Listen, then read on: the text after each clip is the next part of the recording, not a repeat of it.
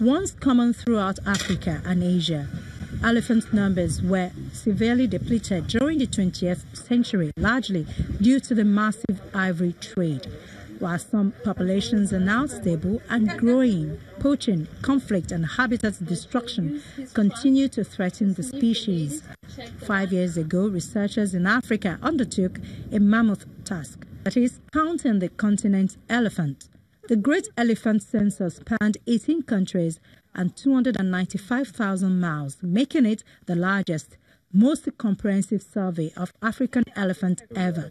But the results released in 2016 were sobering.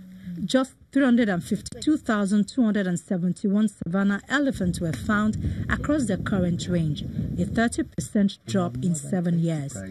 In 2016, the International Union for Conservation of Nature reported that Africa's elephant population had seen its worst decline in 25 years, mostly as a result of intensified poaching for ivory.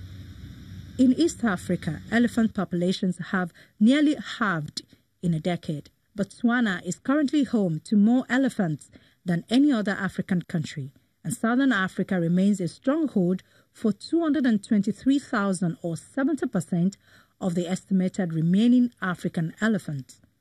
The Elephant Protection Initiative's first consultative group meeting was one of the highlights of the Illegal Wildlife Trade Conference, held in London on the 11th and 12th of October 2018. If the international community is unable... President Ali Bongo Ondimba of Gabon opened the meeting with an appeal for international support for African countries as they attempt to implement their national elephant action plans. Let no one doubt the determination of the EPI to deliver its goals. The EPI states have invested our own blood and treasure to protect elephants from poachers. The EPI member states are determined to halt the elephant slaughter and to fight the wider threats to our biodiversity. But we are fighting the battle on behalf for all mankind. Is the rest of the world prepared to help us? If the international community is unable or unwilling to identify the finances required to implement these plans, despite our country's national budget contributions, which total tens of millions of dollars, the NEAP are just pieces of paper. Fight illegal trade at all levels. And let us one after the other, leaders of the Elephant Protection Initiative member states talked about their goals and how they hope to achieve them. A serious problem as communities in some parts of Botswana who have not had contact with elephants in their areas in the past are increasingly having to deal with them, which damage their crops, their water points, their fences, and other such. In response, government instituted a number of measures to reduce the damage by building electric fences and the use of other deterrents. Compensation to farmers for the destruction of property by elephants has also been increased, though woefully inadequate and lagging behind. If we are to become successful in addressing the damage by elephants on people through destruction of crops and infrastructure, and indeed through loss of life in some cases, we must involve those communities who live with elephants and provide economic benefits and revenue for them, which go well beyond compensation payments. In a special address, the Duke of Cambridge said that he believed the Elephant Protection Initiative offers the best African-owned approach to protecting African elephants. They are your plans. They are African-owned plans, which are determined by your national priorities and individual circumstances. They are underpinned by a common principle that ivory will not be sold commercially, but crucially, they give each government ownership and control over how to manage their own elephant populations in their own way. The EPI represents hope. Hope that our children and future generations will have the opportunity to observe elephants in the wild, coexisting with local communities who have a vested interest in protecting them and their habitats. The Elephant Protection Initiative was launched in 2014 by the leaders of Gabon, Chad, Tanzania, Botswana, and Ethiopia. Now it has 19 member countries. These members have common policies to save Africa's elephant and build a sustainable future for their citizens. Nigeria joined the Elephant Protection Initiative in October 2018. It is our responsibility to protect these species that are endangered, and not only the elephant, all the wildlife and flora. It's important for us to do that. Nigeria is committed. We will continue to partner with other African countries and the world at large to ensure that the intention of the Elephant Protection Initiative is protected and carried to the highest level. Although elephants live in wildlife refuges and other protected areas, the extensive migrations mean as much as 80% of their range exists in unprotected areas. Political instability and socio-economic challenges prevent many governments from maintaining conservation pacts and institutions.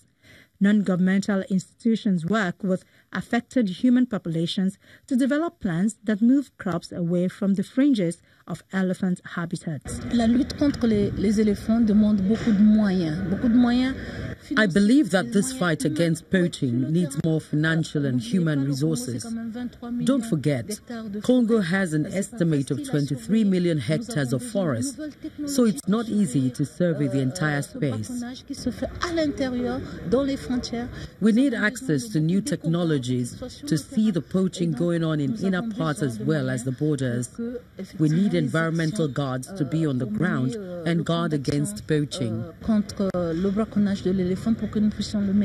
The global landscape for ivory trade has shifted dramatically following increased international attention to the decimation of many African elephant populations. Traditionally, the modus operandi most favored by ivory traffickers was to smuggle whole or pieces of elephant tusks from Africa to Asia, where they would be processed and worked locally. But recent investigations have uncovered the alarming trend of ivory being semi or partially worked, cut and processed on the African continent before being smuggled to end markets.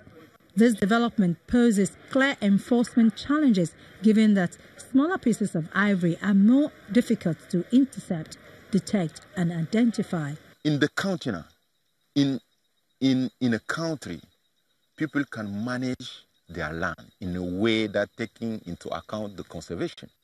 But they need to cooperate it, like in terms of watching or monitoring the trade, the movement of ivory across their borders. And given that EPI is focused on this, putting countries together to talk, to set up strategy, to manage the movement of ivory, the illegal market across borders. That is, I think, very powerful. It has been found that criminal syndicates of these Asian origin have set up shop in African countries. In a reaction to increased legislative national and international focus on illicit ivory trade. And now, international law enforcement and customs agencies are being alerted to this new development, and it is essential that they are given the necessary tools to effectively counter it. Experts say more research and understanding of African elephant movement and behavior is needed to develop effective conservation strategies. In 1986, the African Elephant Specialist Group established the African Elephant Database to collect field data and provide information about elephant populations and distribution that is as comprehensive and detailed as possible. Modern technology, including GPS and satellite tracking, are now being used to monitor elephant movement. This, it is said, is particularly important now since elephants move without regard to national political boundaries.